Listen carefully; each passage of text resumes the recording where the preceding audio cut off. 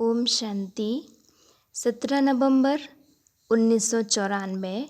अव्यक्त बाप दादा मधुबन।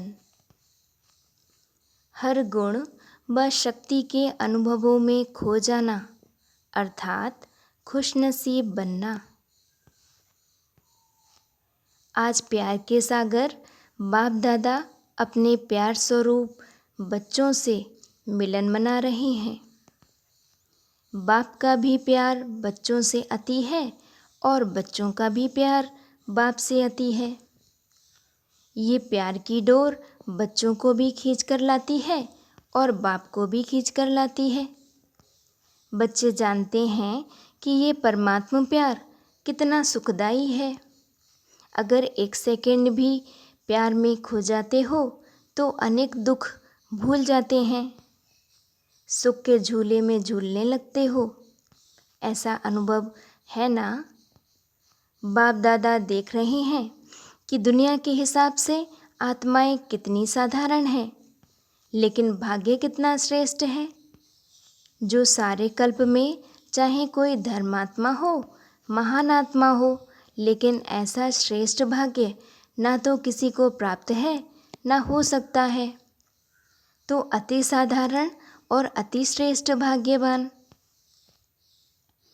बाप दादा को साधारण आत्माएं ही पसंद हैं। क्यों? बाप स्वयं भी साधारण तन में आते हैं।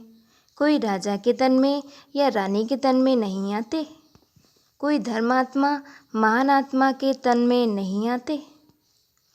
साधारण तन में स्वयं भी आते हैं और बच्चे भी साधारण ही आते हैं। आज का करोड़पति भी साधारण है। साधारण बच्चों में भावना है और बाप को भावना चाहिए। देह भान वाले नहीं चाहिए। जितना बड़ा होगा उतना भावना नहीं होगी, लेकिन भान होगा तो बाप को भावना का फल देना है।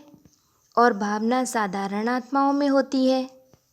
नामी ग्रामी आत्माओं के पास ना भावना है ना समय है। तो बाप देख रहे हैं कि कितने साधारण और कितने श्रेष्ठ भावना का फल प्राप्त कर रहे हैं।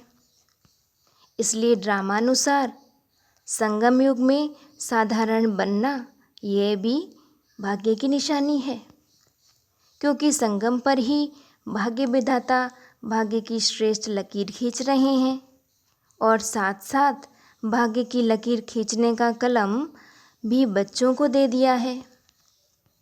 कलम मिली है ना? भाग्य की लकीर खींचना आता है? कितनी लंबी लकीर खींची है? छोटी मोटी तो नहीं खींच ली। जितना चाहें उतना भाग्य बना सकते हो। खुली छुट्टी है और सभी को छुट्टी है, चाहे नए हों चाहे पुराने हों। सप्ताह कोर्स किया और बाप को पहचाना और बाप भाग्य की कलम दे देता है। यही परमात्मा प्यार है। प्यार की निशानी क्या होती है? जो जीवन में चाहिए वह अगर कोई किसको देता है तो वही प्यार की निशानी है। तो बाप के प्यार की निशानी है, जो जीवन में चाहिए वो सर्व कामनाएं पूर्ण कर देते हैं। सुख शांति तो चाहिए ना। अगर कोई वस्तु एक दो को देते हैं तो उससे सुख मिलता है ना। तो बाप सुख क्या देता, लेकिन सुख का भंडार आप सबको बना देते हैं। सुख का भंडार है ना? पूरा स्टॉक है या एक कमरा दो कमरा है? भंडार है। जैसे बाप सुख का सागर है, नदी और तालाब नहीं है, सागर है, तो बच्चों को भी सुख के भंडार का मालिक बना देता है। कोई सुख की कमी है क्या? कोई अप्राप्ति है? फिर यह नहीं कहना कि थोड़ी सी शक्ति दे दो। दे दिया। दे दो कहने की आवश्यकता ही नहीं है। बाप ने दे दिया है, सिर्फ उसको कार्य में लगाने की विधि चाहिए। और विधि भी बाप द्वारा अनेक प्रकार की मिलती है। सिर्फ उसको समय प्रति समय कार्य में लगाते नहीं हो, इसलिए होते हुए भी उसका लाभ नहीं ले सकते। कितना बड़ा भाग्य है और कितना सहज मिला है। कोई मेहनत की है क्या? एक टांग पर खड़ा तो नहीं होना पड़ा ना, या सेकंड के दर्शन के लिए क्यू में खड़े हो, ऐसे तो नहीं है ना। आराम से बैठे हो ना, नीचे भी फॉर्म पर बैठे हो, आराम से ही सहज श्रेष्ठ भाग्य बना रहे हो। यह नशा है ना। सभी नशे से कहेंगे कि भाग्य विधाता हमारा है। जब भाग्य विधाता आपका हो गया तो भाग्य किसको देगा? भाग्य विधाता को अपना बनाया, अर्थात भाग्य के अधिकार को प्राप्त कर लिया। जिसको नशा है वो सदा यही अनुभव करते हैं कि भाग्य मेरा नहीं होगा तो किसका होगा, क्योंकि भाग्य विधाता ही मेरा है। इतना नशा है या कभी कभी चढ़ता है, कभी उतरता है। संगम का समय ही कितना छोटा सा है और आप मेजॉरिटी तो सब नए हो। कितना थोड़ा समय मिला है, लेकिन ड्रामा में विशेष इस संगम युग की ये विशेषता है कि कोई भी नया हो या पुराना हो, नए को भी गोल्डन चांस है नंबर आगे लेने का। तो नयों में उमंग है, या समझते हो हमारे से आगे तो बहुत हैं, हम तो आए ही अभी हैं। नहीं, ये खुली छुट्टी है। जितना आगे बढ़ना चाहें उतना बढ़ सकते हैं, सिर्फ अभ्यास अटेंशन हो। कोई पुराने अलबेले हो जाते हैं और आप नए अलबेले नहीं होना तो आगे बढ़ जाएंगे, नंबर ले लेंगे। नंबर लेना है ना, फर्स्ट नंबर नहीं, फर्स्ट डिवीज़न। फर्स्ट नंबर तो ब्रह्मा बाप निश्चित हो गए ना, लेकिन फर्स्ट डिवीज़न में जितने चाहें उतने आ सकते हैं। तो सभी किस डिवीज़न में आएंगे? सभी फर्स्ट में आएंगे। तो सेकंड में कौन आएगा? माताएं किस में आएंगी? फर्स्ट में आएंगी। बहुत अच्छा, आना ही है। यह दृढ़ निश्चय भाग्य को निश्चित कर देता है। पता नहीं आएंगे नहीं आएंगे, पता नहीं आगे चलकर कोई माया आ जाए। माया बड़ी चतुर है, ऐसे व्यर्थ संकल्प कभी भी नहीं करना। जब सर्वशक्तिमान साथ है तो माया तो उसके आगे पेपर टाइगर है, इसलिए घबराना नहीं। पता नहीं का संकल्प कभी नहीं करना। मास्टर नॉलेजफुल बन हर कर्म करते चलो। साथ का अनुभव सदा ही सहज और सेफ रखता है। साथ भूल जाते हैं तो मुश्किल हो जाता है, लेकिन सभी का वायदा है कि साथ रहेंगे, साथ चलेंगे। यही वायदा है ना कि अकेले रहेंगे, अकेले जाएंगे। तो साथ का अनुभव बढ़ाओ। जानते हो कि साथ हैं, मानते भी हो, लेकिन फ़र्क क्या पड़ता है? जानते भी हो, मानते भी हो, लेकिन समय पर उसी प्रमाण चलते नहीं हो। माया का फोर्स ये जो कोर्स है उसको भुला देता है। लेकिन क्या माया बहुत बलवान है? वह बलवान है या आप बलवान हो? या कभी माया बलवान, कभी आप बलवान? आपकी कमजोरी माया है और कुछ नहीं है। आपकी कमजोरी माया बनकर सामने आती है, जैसे शरीर की कमजोरी बीमारी बनकर सामने आती है ना, ऐसे आत्मा की कमजोरी माया बनकर के सामना करती है। तो ना कमज़ोर बनना है, ना माया आनी है। लक्ष्य ही है माया जीत जगत जीत। कितने बार विजयी बने हो? अनगिनत बार। फिर भी घबरा जाते हो।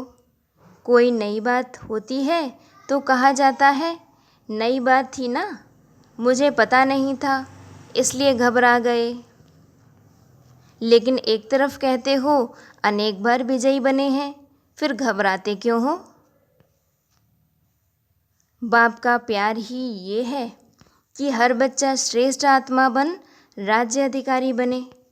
प्रजा अधिकारी तो नहीं बनना है ना। तो राज्य अधिकारी अर्थात हर कर्मेंद्रिय जीत। अगर अपनी कर्मेंद्रियों के ऊपर, मन बुद्धि संस्कार के ऊपर विजय नहीं तो प्रजा पर क्या राज्य करेंगे। अगर ऐसे राजे बने जो अपने ऊपर विजय नहीं पा सकते तो सतयुग भी कलयुग बन जाएगा। इसलिए चेक करो कि मन बुद्धि संस्कार कंट्रोल में है। मन आपको चलाता है या आप मन को चलाने वाले हो। जब ये कंप्लेन करते हो कि मेरा मन आज लगता नहीं, मेरा मन आज भटक रहा है, तो ये मन जीत हुए। आज मन उदास है, आज मन और आकर्षण की तरफ जा रहा है, ये विजयी के संकल्प हैं। तो जो स्वयं पर विजय नहीं पा सकते वो विश्व पर कैसे विजय प्राप्त करेंगे। इसलिए चेक करो कर्मेंद्रिय जीत, मन जीत कहाँ तक बने हैं। अगर फर्स्ट डिवीज़न में आना है तो इस लक्षण से लक्ष्य को प्राप्त कर सकते हो।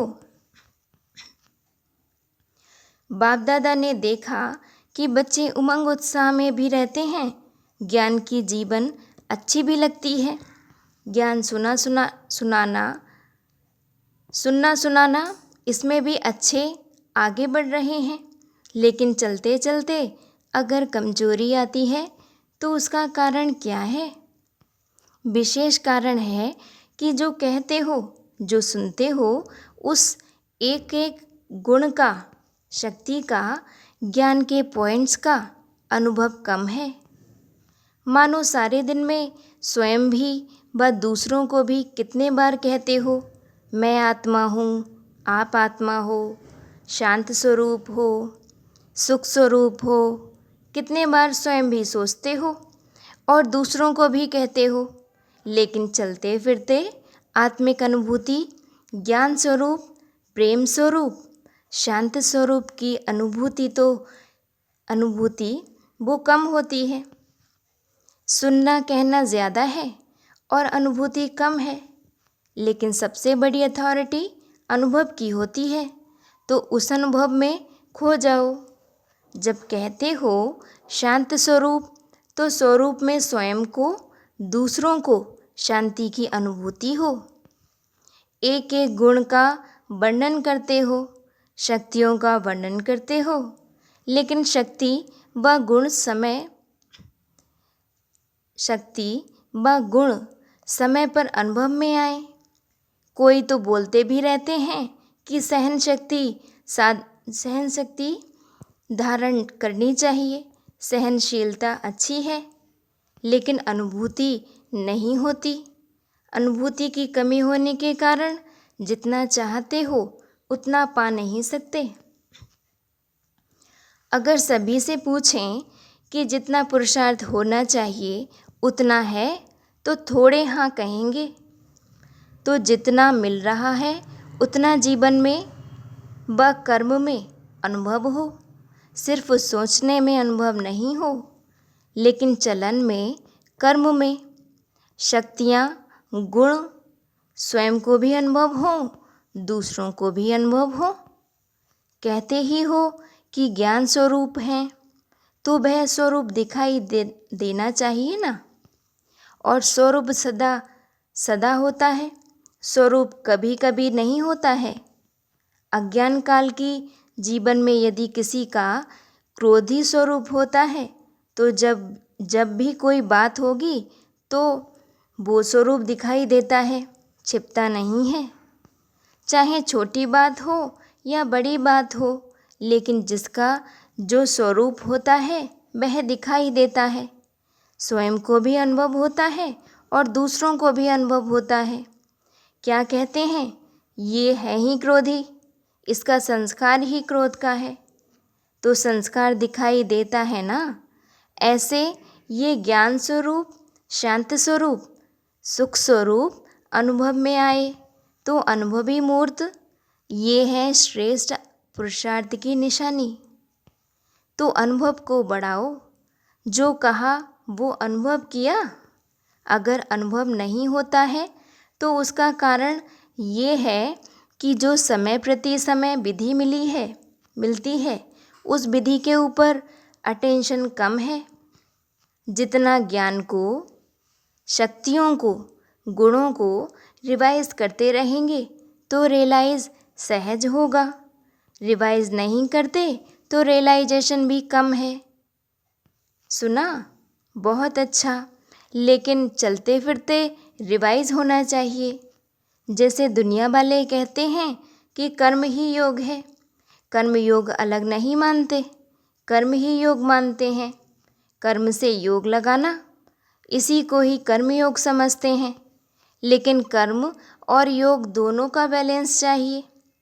कर्म में बिजी रहना योग नहीं है। कर्म करते योग का अनुभव होना चाहिए। कर्म में बिजी हो जाते हैं तो कर्म ही श्रेष्ठ हो जाता है, योग किनारे हो जाता है।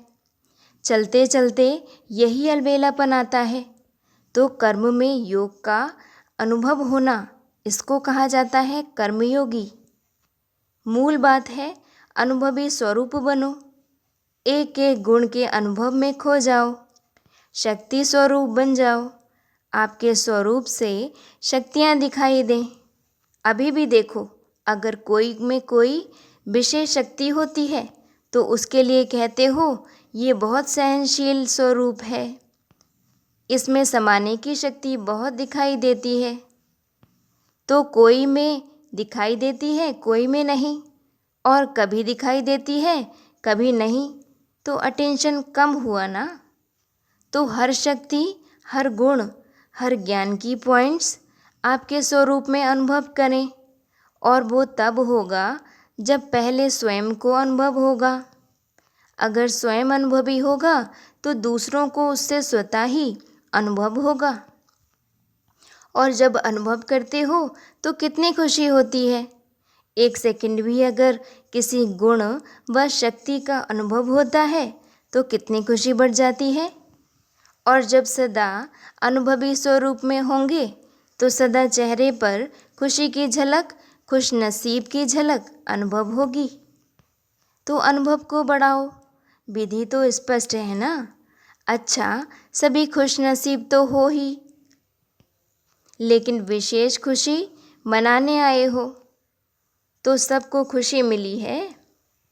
सब आराम से रहे हुए हो, मन आराम में है तो तन को आराम मिल ही जाता है। ये तो होना ही है। जितना स्थान बढ़ाएंगे उतना कम होना ही है। ये भावी है, उसको क्या करेंगे। और अच्छा है, रिहर्सल हो जाती है। जहाँ बिठाओ, जैसे बिठाओ, जैसे सुलाओ, इसकी रिहर्सल हो जाती है। तो पट में सोना अच्छा है, पट राजा बन गए ना। शास्त्र में तो पटरानी और पटराजा का बड़ा गायन है। आप तो बहुत सहज बन गए। कोई तकलीफ़ है? बाप दादा और निमित्त आत्माएं सोचती तो यही हैं कि सब आराम से रहें। लेकिन अगर ज़्यादा संख्या में भी आराम लगता है तो खुशी की बात है। जहाँ भी रहे हुए हो वहाँ खुश हो, खुश हो। कोई तकलीफ़ नहीं है। और बुलाएं, और बुलाएं। सिर्फ एक सूचना चली जाए कि जो आने चाहें वो आ जाएं, तो क्या करना पड़ेगा? अखंड तपस्या करनी पड़ेगी। खुशी की खुराक खाओ और अखंड योग करो, फिर तो सभी आ सकते हैं। करेंगे? थक नहीं जाएंगे? भूख नहीं लगेगी? 7 दिन नहीं खाएंगे? 7 दिन खाना नहीं मिलेगा? बाप दादा ऐसा हट कराना नहीं चाहते। सहज योगी हो ना। ये परमात्मा मिलन कम भाग्य नहीं है। ये परमात्मा मिलन का श्रेष्ठ भाग्य कोटों में कोई आप आत्माओं को ही मिलता है। अच्छा, मिल लिया ना। भक्ति में तो जड़ चित्र मिलता है, और यहाँ चैतन्य में बाप बच्चों से मिलते भी हैं और रो रेहान भी करते हैं। तो ये भाग्य कोई कम है? फिर भी आप सब लकी हो। समय की गति बदलती जाती है। अभी फिर भी आराम से बैठकर सुन रहे हो। आगे चलकर वृद्धि होगी तो बदलेगा ना। फिर भी आप लकी हो, क्योंकि टू लेट के टाइम पर नहीं आए हो, लेट के टाइम पर आए हो। तो सब खुश हो, खुश हो। अच्छा, कौन कौन से जोन आए हैं? महाराष्ट्र। महाराष्ट्र वाले सदा विशेष संतुष्ट मड़ियाँ हैं। इस वरदान को स्वरूप में लाना। और फिर बाप दादा दूसरे ग्रुप में पूछेंगे कि महाराष्ट्र ने संतुष्टता का स्वरूप दिखाया तो सदा संतुष्ट मणि है, असंतुष्टता का नामो निशान नहीं। तो अभी इसमें नंबर लेना, रिजल्ट बताना कि इस 6 मास में कोई असंतुष्ट रहा क्या या संतुष्ट किया। स्वयं भी संतुष्ट, दूसरे भी संतुष्ट। तो महाराष्ट्र को ये पसंद है। अगर कोई आपको असंतुष्ट करे तो क्या करेंगे? फिर तो असंतुष्ट होंगे ना। करने वाले ने असंतुष्ट कर दिया तो आप क्या करेंगे? शीतलता धारण करेंगे। वो सेक दे रहा है और आप शीतल रहेंगे। थोड़ा थोड़ा असंतुष्ट होंगे। देखना, वो असंतुष्ट करे और आप संतुष्टता का जल डालो। वो आग जलाए, आप पानी डालो। ये तो कर सकते हो ना, हो या नहीं? तो रिजल्ट देखेंगे। तो महाराष्ट्र अर्थात संतुष्ट रहने वाले और संतुष्ट करने वाले। तमिलनाडु क्या करेगा? तमिलनाडु सदा सुखदाता के बच्चे मास्टर सुखदाता हैं। कोई दुख भी दे तो उसको सुख में परिवर्तन कर लेंगे। तो 6 मास की रिज़ल्ट देखेंगे। ऐसे ताली नहीं बजाना, रिज़ल्ट के समय भी ताली बजे, ऐसा करना। तो तमिलनाडु भी रेस अच्छी कर रहे हैं, सेवा में आगे बढ़ रहे हैं। प्रकृति को भी तमिलनाडु अच्छा लगता है, वहाँ प्रकृति भी बार करती है। तमिलनाडु वाले क्या बनेंगे? मास्टर सुखदाता। अब देखेंगे महाराष्ट्र आगे जाता है या तमिलनाडु आगे जाता है। लक्ष्य तो सभी का यही है कि सबसे आगे जाना है और जा सकते हैं, कोई मुश्किल बात नहीं है। ईस्टर्न जोन बंगाल, बिहार, उड़ीसा, आसाम और नेपाल, 5 नदियाँ मिलकर ईस्टर्न जोन बना है। तो ईस्टर्न जोन क्या करके दिखाएंगे? सदा स्वयं कंबाइंड स्वरूप मास्टर सर्वशक्तिमान अनुभव करेंगे। सबसे ज़्यादा विस्तार ईस्टर्न जोन का है। देखो, नेपाल भी ईस्टर्न में आ गया, ईस्टर्न में फॉरेन भी आ गया। तो कितना बड़ा है? बड़ा जोन है तो बड़ा ही दिखाएंगे ना। ईस्टर्न जोन महान लकी जोन है। क्यों लकी है? क्योंकि ब्रह्मा बाप की कर्मभूमि और प्रवेशता भूमि है। इसलिए सदा कंबाइंड स्वरूप में रहने वाले मास्टर सर्वशक्तिमान आत्माएं हैं। ये प्रैक्टिकल में दिखाएंगे ना। सेकंड भी अलग नहीं होना, कंबाइंड कभी अलग नहीं होता। सदा साथ और सदा साथ रहकर औरों को भी साथ में मिलाने वाला। समझा? अभी देखेंगे कि नंबर कौन लेते हैं। अभी तो नाम का नंबर है ना, फिर काम का नंबर आएगा। यूपी। लौकिक कहावत में यूपी की विशेषता है कि यूपी वाले पहले आप का मंत्र ज़्यादा पढ़ते हैं। लेकिन आप ब्राह्मण कौन सा मंत्र पढ़ते हो? पहले बाप। हर बात में पहले बाप। बाप याद आया तो सब कुछ आ गया। तो हर कर्म में पहले बाप की याद हो, इसलिए यूपी वाले सदा मस्तक में पदमपति, पद्मा पदम भाग्य की लकीर वाले। सदा मस्तक में ये पद्मा पदम भाग्यवान की लकीर चमकती हुई दिखाई दे। इसमें यूपी वाले नंबर लेंगे ना। सदा भाग्यवान भव। अच्छा, स्थापना में दिल्ली का भी पार्ट है तो यूपी का भी विशेष पार्ट है। इसलिए विशेष भाग्यवान आत्माएं हैं। इंदौर वाले क्या करेंगे? इंदौर वाले विशेष महादानी हैं, सदा अपने कर्म द्वारा, बोल द्वारा महादानी। दान करने वाले हो, लेने वाले नहीं, देने वाले, तो महादानी है। दान करना आता है ना। जो महादानी होते हैं वही वरदानी होते हैं। तो वरदान लेने वाले और औरों को वरदान देने वाले महादानी और मास्टर वरदानी। कोई कैसा भी हो, वरदान दो, महादानी बनो, यही विशेषता है। तो इंदौर वाले क्या करेंगे? वरदानी बनेंगे। कोई गाली भी देंगे तो वरदानी बनेंगे ना। कोई इंसल्ट करेंगे तो क्या करेंगे? वरदानी बनेंगे। कि उस समय थोड़ा शक्ल बदली करेंगे? थोड़ी शक्ल बदली नहीं होगी, वरदानी देंगे, वरदान देंगे। वो गाली देवें, आप वरदान देंगे, फिर तो बहुत पास हो गए, अभी से ही पास हो गए। कर्नाटक वाले क्या करेंगे? सदा अपने को पुण्य आत्माएं समझ पुण्य करते रहेंगे।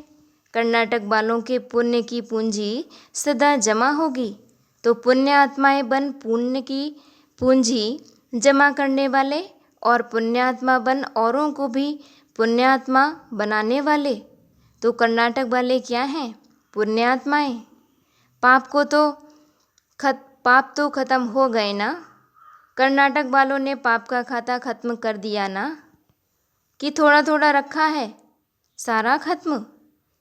तब तो पुण्यात्मा बने हैं ना।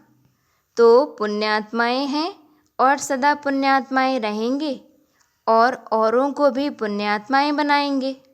बनाने में तो होशियार हो ना। कर्नाटक की वृद्धि बहुत जल्दी होती है ना। सबसे ज़्यादा किस जोन की संख्या है? महाराष्ट्र की। अच्छा है, जैसा नाम है वैसा काम है। अच्छा, डबल विदेशी बहुत होशियार हैं। कौन सी होशियारी करते हैं? भगाने में होशियार हैं, और भाग्य लेने और भाग्य देने में भी होशियार हैं। थोड़ा लेने वाले नहीं हैं, पूरा लेने वाले हैं। भाग्य लेने में होशियार हैं। डबल विदेशियों की विशेषता है कि हर बात में डबल हिस्सा लेते हैं। भारत वालों में भी हिस्सा लेते हैं तो अपने में भी हिस्सा लेते हैं। और विदेश वालों को विशेष अव्यक्त पालना की अनुभूति का वरदान विशेष है। तो अनुभव स्वयं भी करते हैं, और ड्रामानुसार डबल विदेशियों को बाप दादा द्वारा भी अव्यक्त पालना का विशेष वरदान मिला है, लेकिन लेने में भी आगे हैं। इसलिए बाप दादा डबल याद प्यार देते हैं। इन्हों के आगे जाने का एक विशेष कारण है। ऐसे ही वरदान नहीं मिला है, कोई कारण से मिलता है। तो इन्हों की विशेषता यह है कि जो भी होगा अच्छा होगा या बुरा होगा, स्पष्टवादी हैं। अंदर एक, बाहर दूसरे नहीं है। जो अंदर है वो बाहर है। तो स्पष्ट होने के कारण जल्दी में आगे कदम उठा लेते हैं, छिपाने वाले नहीं हैं। तो यह स्पष्टवादी बनने के कारण विशेष अव्यक्त पालना के वरदान के अधिकारी बने हैं, और बनते रहेंगे। समझा? तो आप भी जितने स्पष्टवादी होंगे उतने अनुभव ज़्यादा करेंगे। स्पष्टवादी बनना अर्थात सहज श्रेष्ठ बनना, ये वरदान स्वतः ही मिल जाता है। आंध्रा में भी सेंटर्स तो बहुत है ना। आंध्रा वाले क्या बनेंगे, क्या करेंगे? आंध्रा वाले कमाल करने वाले हैं। बीच में ही ताली बजा दी। इससे ही सिद्ध होता है कि कमाल करने में होशियार हैं। तो आंध्रा वालों को यही कमाल करनी है कि सदा डबल लाइट बन उड़ना है और उड़ाना है। उड़ती कला और औरों का भी भला। स्वयं भी उड़ती कला और औरों की भी उड़ती कला में सबसे आगे जाना है। अपने भी बोझ को सेकंड में समाप्त करने वाले और दूसरों के भी बोझ को समाप्त कर उड़ाने वाले। अभी उड़ती कला की कमाल आंध्रा को दिखानी है। हिम्मत है तो 6 मास में पूरे आंध्रा जोन में कोई भी विघ्न नहीं आना चाहिए। हो सकता है? अभी हाँ नहीं करते, खिटखिट है क्या? मिटा नहीं सकते? तो आंध्रा को प्राइज़ लेनी चाहिए। 6 मास के बाद आंध्रा वाले प्राइज़ लेंगे। 6 मास के बाद सभी को प्राइज़ देंगे। जो वरदान मिला है उसमें जो सब पास होंगे उनको प्राइज़ मिलेगी। पहले पास होंगे फिर प्राइज़ मिलेगी। तो फुल पास होना है। फिर यह नहीं कहना कि क्या करें, चाहता नहीं था, हो गया। भाषा बदली कर देना यह हो ही नहीं सकता। इसलिए इतना निश्चय है। अच्छा है, नए कमाल करके दिखाएंगे ना। तो बाप कहेंगे पुराने तो पुराने, नए समान बाप होंगे। तो आगे जाने के लिए ये वरदान लेना है ना। अच्छा, बाकी मधुबन निवासी और ज्ञान सरोवर, बाप दादा ने पहले भी कहा तो आबू में सबका याद प्यार देने के लिए 5 मुखी ब्रह्मा है, ब्रह्मा वत्स हैं। एक मधुबन है और दूसरा ज्ञान सरोवर है, तीसरा हॉस्पिटल है, चौथा तलहटी है और 5वां आबू निवासी। तो पंचमुखी ब्रह्मा वत्स, 5 को बाप दादा सदा उमंग उत्साह के पंखों से उड़ने वाले और औरों को भी उड़ाने वाले ऐसा विशेष वरदान व याद प्यार दे रहे हैं।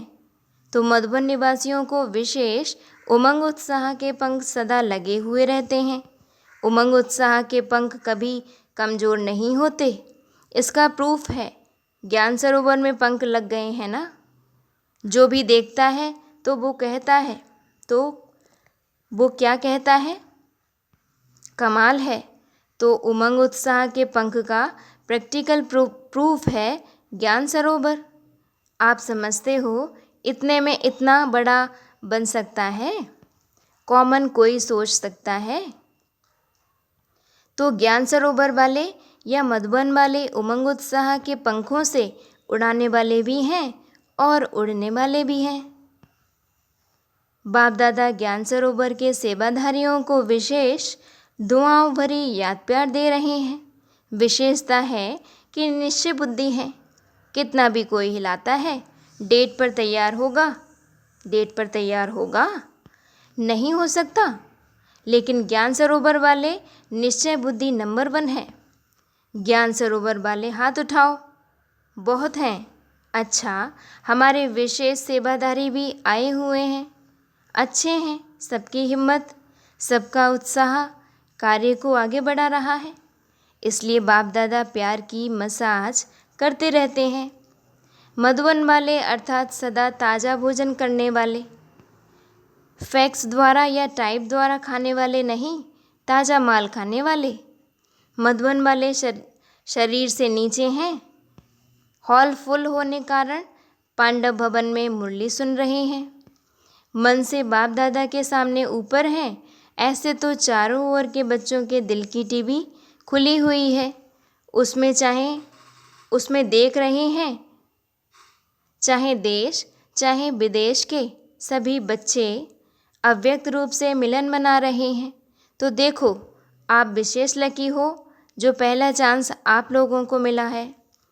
अच्छा, सभी संतुष्ट हो ना? संतुष्ट हो और रहेंगे भी। अच्छा, चारों ओर के सर्वश्रेष्ठ भाग्य विधाता के भाग्यवान आत्माओं को सदा मन जीत जगत जीत के निश्चय और नशे में रहने वाले, सदा हर गुण शक्ति और ज्ञान के अनुभवी आत्माएं, सदा बाप को साथ रखने वाले कंबाइंड स्वरूप आत्माएं, सदा श्रेष्ठ भाग्य की लकीर को सहज श्रेष्ठ बनाने वाले ऐसे अति समीप और श्रेष्ठ आत्माओं को बाप दादा का याद प्यार और नमस्ते। और हम रूहानी बच्चों की भी बाप दादा को याद प्यार और नमस्ते।